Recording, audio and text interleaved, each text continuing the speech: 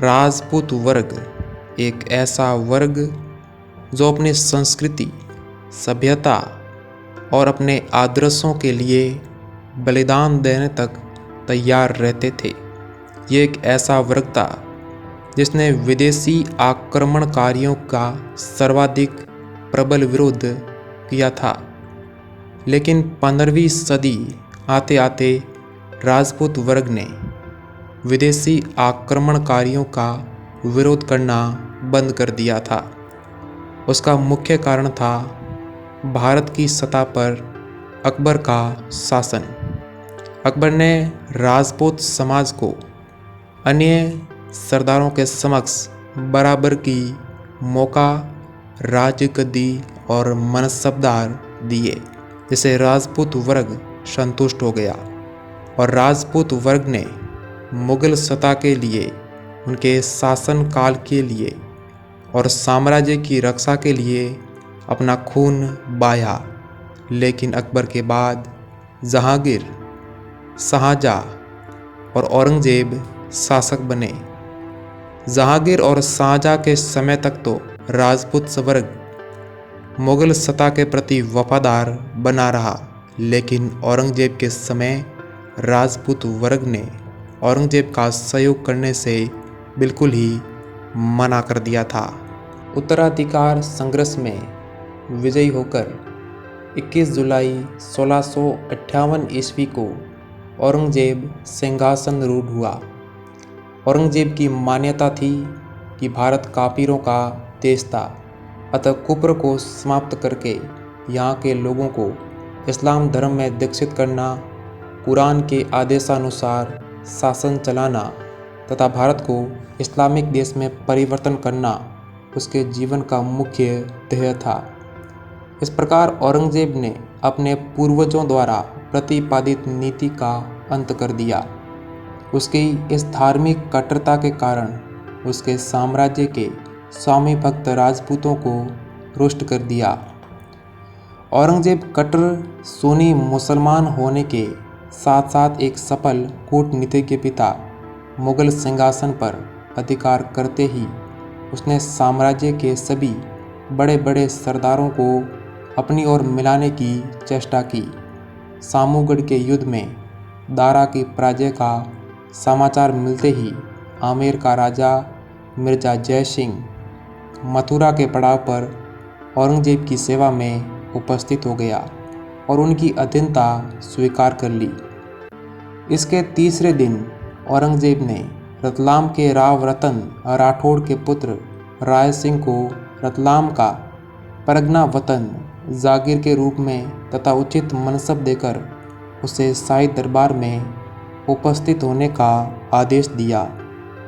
इसी प्रकार किशनगढ़, बूंदी और कोटा के शासकों को भी उचित सम्मान देकर शाही दरबार में बुलाया गया।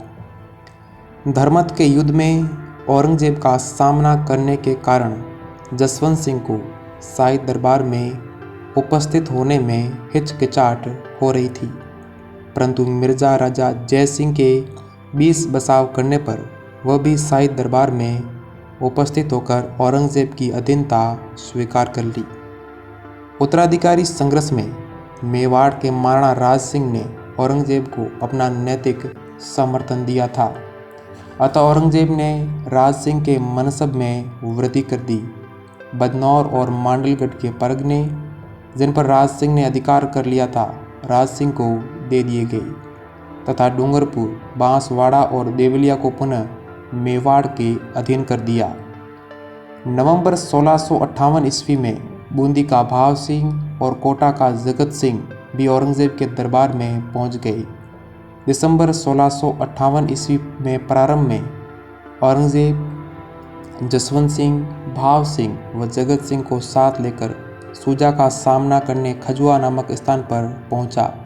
यहाँ जसवंत सिंह ने सूजा के साथ गुप्त समझौता कर शाही पड़ाव पर आक्रमण कर दिया तथा बहुत सा माल असबाब लूटकर जोधपुर की तरफ चला गया। फिर भी औरंगजेब ने स्थिति को संभालकर खजुआ के युद्ध में सूजा को पराजित कर दिया।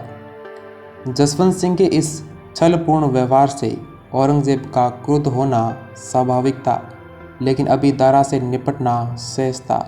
अतः चतुर औरंगजेब ने जय सिंह की मध्यस्थता से एक बार पुनः जसवंत सिंह को क्षमा कर उसे उसका राज्य तथा मनसब वापस लौटा दिया, लेकिन भविष्य में वह जसवंत सिंह पर विश्वास न कर सका। इसी प्रकार बीकानेर के राव कर्ण ने भी विद्रोही व्यवहार से औरंगजेब को नाराज कर दिया। यद्यपि आमेर के मिर्जा राजा जय सिंह ने औरंगजेब की निष्ठापूर्वक सेवा की, लेकिन उसके पुत्र राम सिंह की देखरेख में आगरा में बंदी बनाकर रखे गए शिवाजी का भाग जाना एक ऐसी घटना थी जिससे औरंगजेब को जय सिंह व पुत्र राम सिंह पर विश्वास न रहा। उसने राम सिंह का मनसब छीन कर उसे शाही दरबार से निष्कासित कर दिया और मिर्जा राजा जय सिंह को दक्षिण की सूबेदारी से हटा दिया। जय सिंह इस सदमे को सहन नहीं कर सका और 1667 ईस्वी में उनका देहांत हो गया। इस विवरण से स्पष्ट है कि औरंगजेब के शासनकाल में राजपूत मुगल सहयोग की बुनियाद हिलने लग गई। 1678 ईस्वी में जसवंत सिंह की मृत्यु के बाद उसने मारवाड़ राज्य हस्तगत करने के लिए जो सशस्त्र व कूटनीति का प्रयोग किया, उसके फलस्वरूप मारवाड़ के राठौड़ों तथा बाद में मेवाड़ के मुगलों के विरुद्ध शस्त्र उठाने के लिए विवश होना पड़ा। इस प्रकार औरंगजेब के शासनकाल में राजपूत समाज ने औरंगजेब का साथ देना और उनका सहयोग करना छोड़ दिया था। तो दोस्तों, अभी के लिए इतना ही। अगर आपको ये वीडियो पसंद आया हो तो हमारे वीडियो को लाइक करें और ऐतिहासिक जानकारी के लिए हमारे चैनल को सब्सक्राइब करना बिल्कुल ना भूलें।